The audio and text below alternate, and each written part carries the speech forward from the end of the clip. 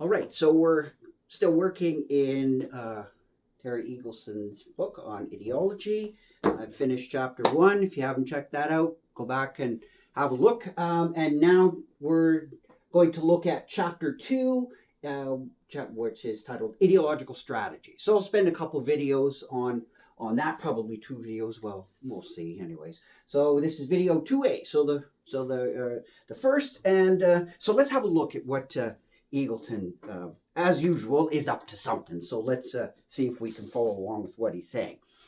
All right, so he starts off by saying something like this. He kind of pulls back. He says, I've talked a lot about ideologies. He's given us a very, arguably, a fairly rich first chapter on ideologies. We've looked at all kinds of definitions and all kinds of things. And this one he talks about ideological strategies. What does he mean by that? Well, first thing he raises is he says, look, and I'm going to do a little simplifying here, and I think Eagleton arguably is doing a bit of simplifying himself. He says most most of the theories of ideology, their source is in what he calls the materialist tradition of thought. Now, there's lots of arguments over what is materialism, what is physicalism, all these things. What is idealism? Like it's a very interesting and very rich and deep discussion as to what these terms actually mean. So you can get people who both claim to be materialists and don't necessarily agree. So materialism, think of it as kind of a genus. There are different versions of what materialism means. Same thing, the word idealism, people throw that term around a lot. Some people say Plato's an idealist, Hegel's an idealist, McTaggart's an idealist, Whitehead's an idealist. And these thinkers all disagree quite fundamentally on what the world is really like, but they anchor themselves in like ideas are extremely important, primary. So the furniture kind of the world for the idealist is primarily minds and ideas. Likewise, or in the opposite, the furniture of the world for the materialist is really just stuff, like material stuff.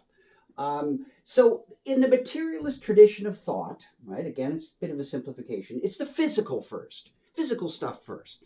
Ideas are important, but they're kind of like byproducts, right? They're not the drivers. Material stuff is the driver of the world, right? Scientists often say, "Oh, I work with materials, right? I work in a lab and I titrate things and I bounce things off other things and I look at stuff, right? Dealing with stuff." And an idealist says, "No, I'm predominantly concerned with ideas and the mind," right? Okay, so physical first for the materialist tradition, mind's ideas important, secondary.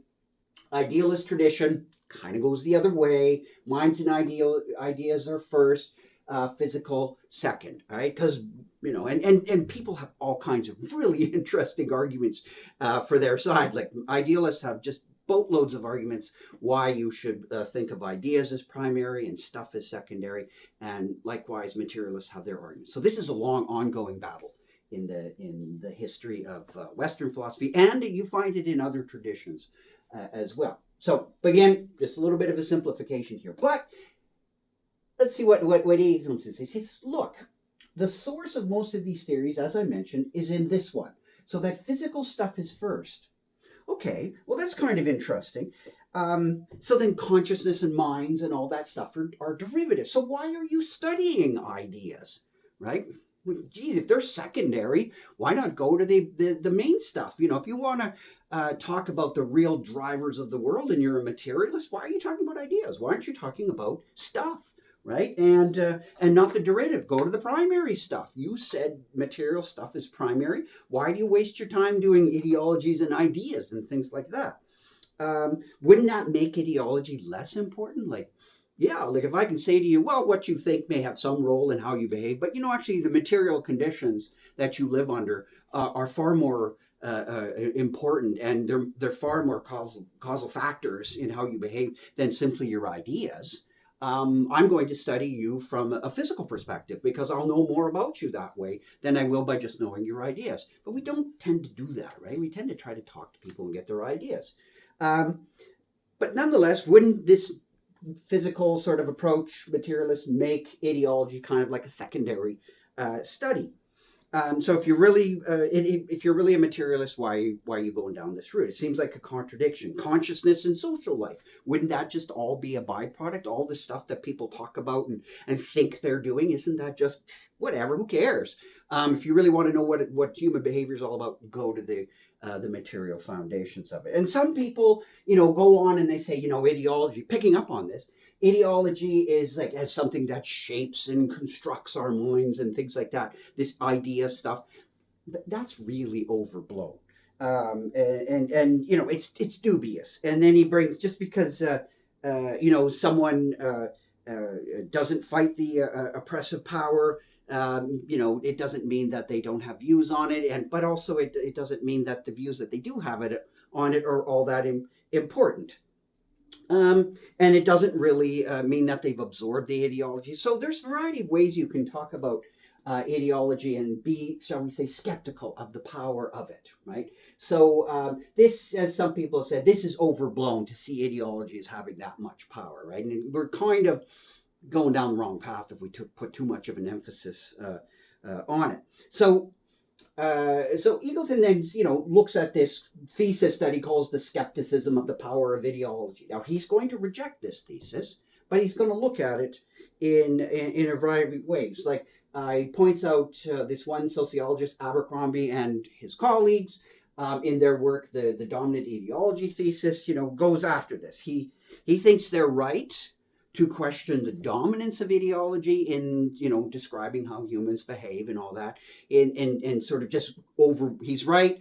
Abercrombie and et al. Are correct in saying, hey, we shouldn't put too much of an emphasis on it. But he thinks that Abercrombie and his colleagues go too far in the other direction in that they don't give enough emphasis to ideology. So you can say something like, well, I don't think ideology is the whole story of describing how communities behave and all these kinds of things. I think that's a little overblown. But again, saying something is overblown or overrated is not to be countered by saying, well, it's not important at all, or it's no good at all. No, Eagleton is saying that these guys are a little too skeptical of the power of ideology, although they're right to be somewhat skeptical. So make sure you understand that distinction. You can be a little bit skeptical or quite skeptical or doubtful of the power of ideology without lapsing into, well, it has no power at all. And Eagleton's saying, don't go that far. That's too far. That's what these guys are doing. So ideas have some power. Come on, right? It's not that they have none. And then he goes and looks at another form of this thesis of the skepticism of ideology thesis in the very famous, very great thinker Jürgen Habermas. And he says, here Habermas, says something like, well, look, he, according to Eagleton, okay, this is Eagleton's interpretation of Habermas, and so all you Habermas fans might say he's getting it wrong, but okay, he might. But for our discussion, we're following what Eagleton is saying and kind of giving him the benefit of the doubt here. So he's saying that Habermas is saying something like this. Ideology and so these ideas and all this stuff, come on, let's not put too much of an emphasis on that. Really, the traditional power of ideology has given way kind of to a new form of, shall we say, kind of ideology. So not so much a conscious kind of form of ideology in terms of ideas and minds, but more of a materialist form, like ideology in terms of kind of like machinery, mechanism, technology.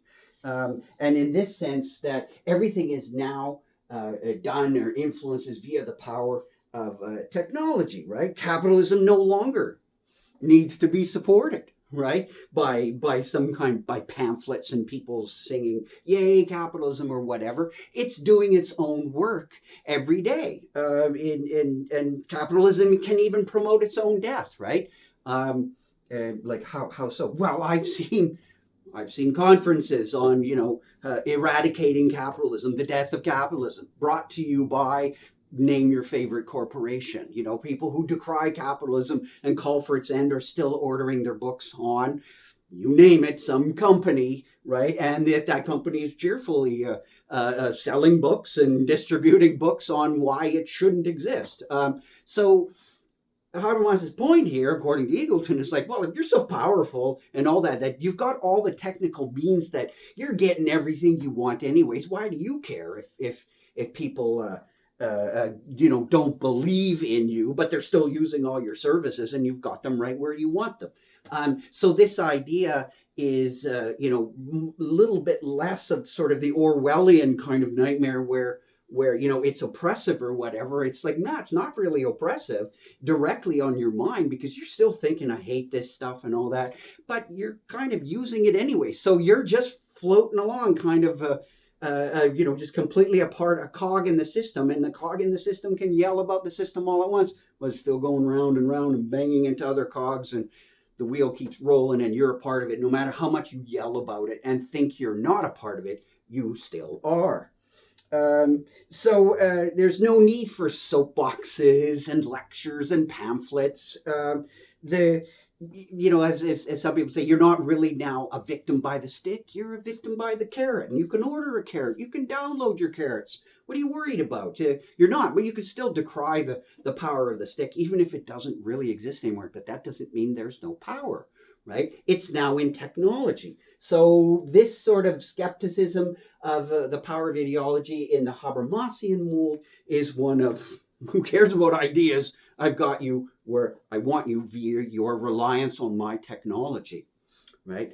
Okay, so no appeal to heart and mind. Don't need to, whatever. So Eagleton, he looks at this end of ideology thesis, right? The skepticism, ideology is not important. He looks at it in a variety of ways. So you can have a look at more of this discussion. And it's all very interesting. He critiques it.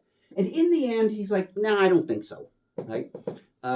As he said, like the dominant, regarding the dominant ideology thesis by Abercrombie, they go too far. This goes way too far, because in the end, he says something like this, and keep in mind that this is written in the very, I don't know exactly when it's written, but it's published. That is Eagleton's work here. It's published around 1993.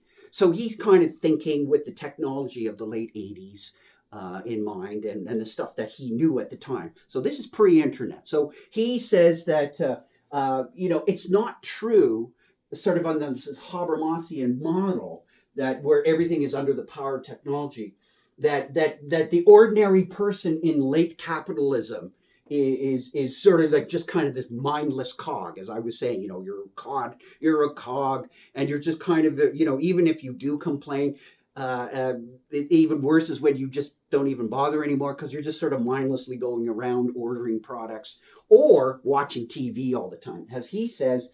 And Eagleton says, well, if this is right, then your person in late capitalism would be this doped up televiewer, right? It's got a British term for television, a doped up televiewer. And Eagleton says that's just not the case, right? The ordinary person in late capitalism, whatever they are, it is not someone who is this doped up telly watcher.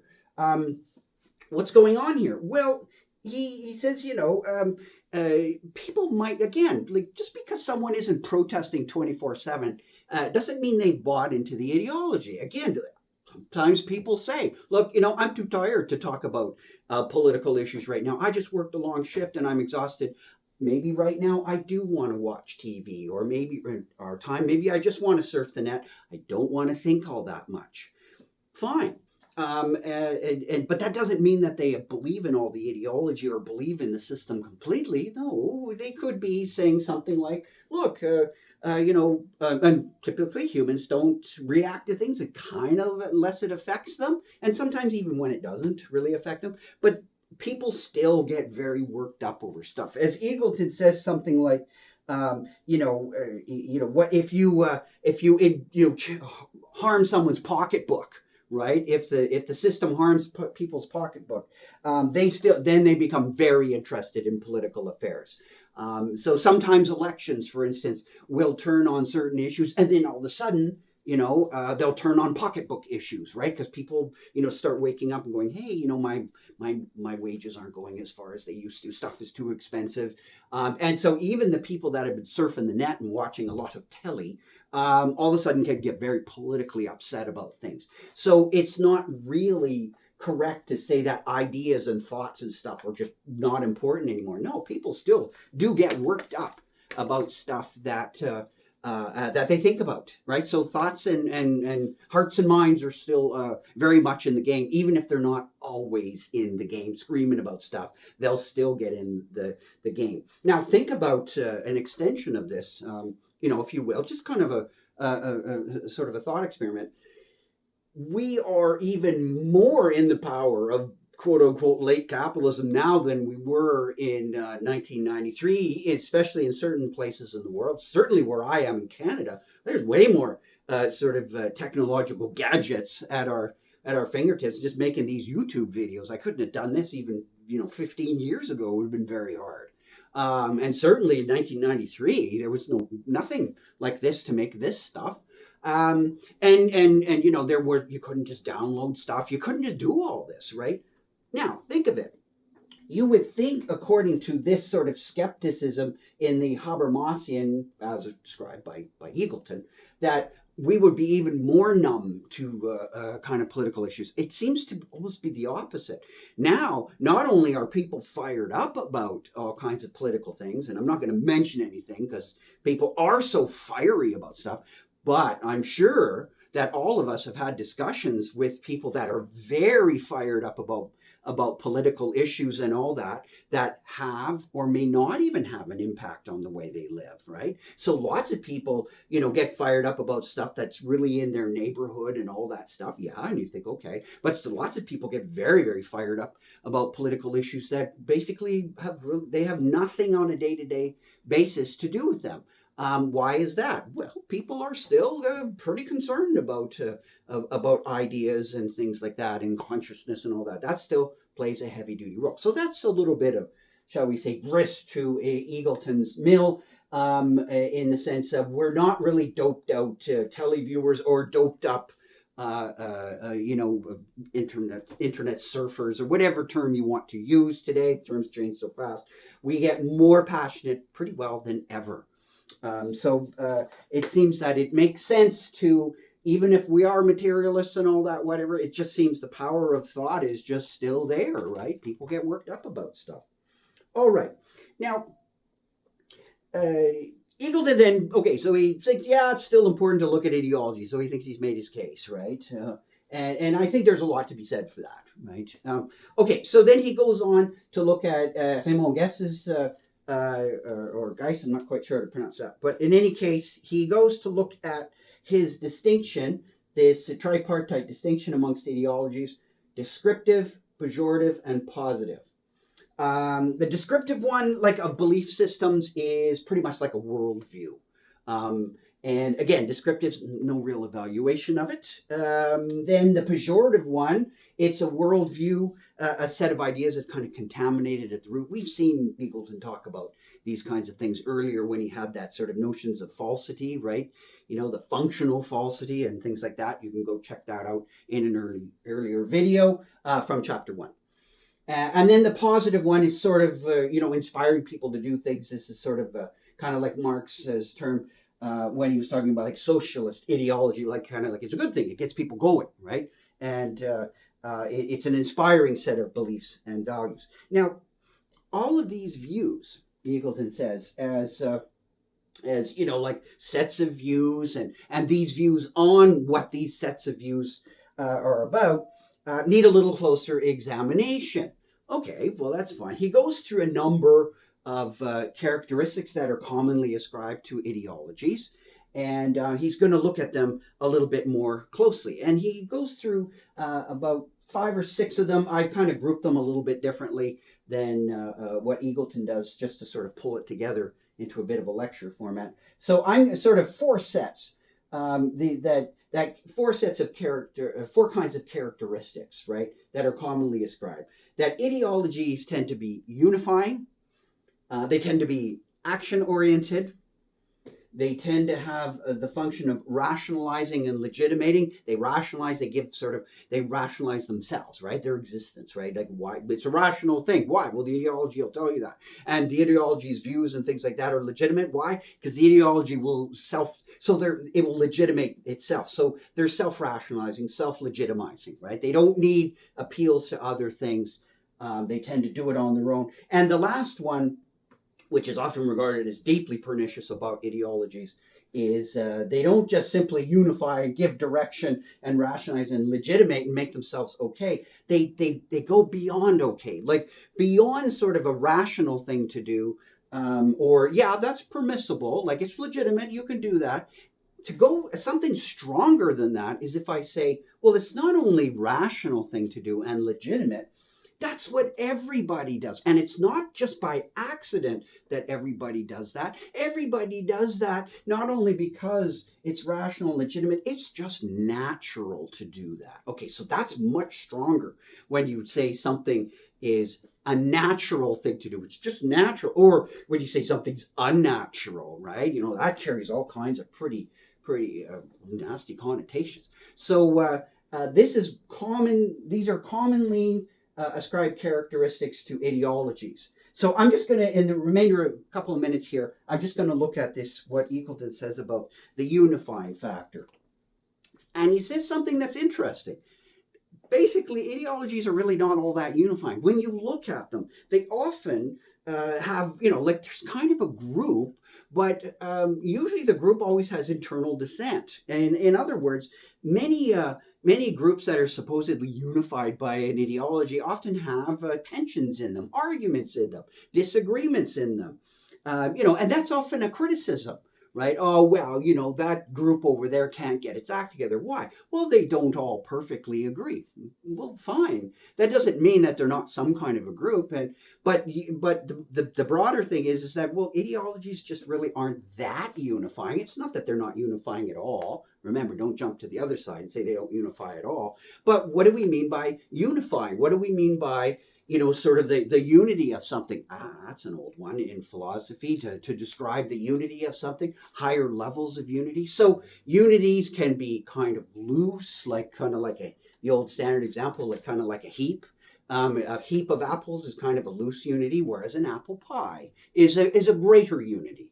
So we can, just get your head around the idea of thinking about levels of unity. Okay, that was just a simple example, but the notion of unity more as in terms of degrees rather than all or nothing, right? And ideologies unify to a degree, but they're not perfectly they're not perfect in the sense of there's no internal dissent. So they're not pure, right? Pure unities, as critics often maintain. Ideologies have to come, as Eagleton said, they negotiate with other ideologies, so there's sometimes a little give and take, right? So groups that are bound by one ideology might work with another group that's bound by another one, and so the boundaries become a little blurry in parts, and they absorb certain ideas from each other. And ideologies may generate interests and satisfy them, but ideologies also have to reckon with pre-existing interests, and so they have to sometimes accommodate those. So there's always some kind of pushback on ideologies, creating tensions, resolving them here, creating more over there. And so they're not these kinds of pure notions. So it's not a real serious critique of an ideology to say, hey, it's not perfectly unifying. Well, they generally aren't. That's kind of a misconception of ideologies. Okay, I'm going to stop this one right here. And in the next video, I'm going to pick up on the last three of these characteristics and then a couple of concluding comments. See you next video.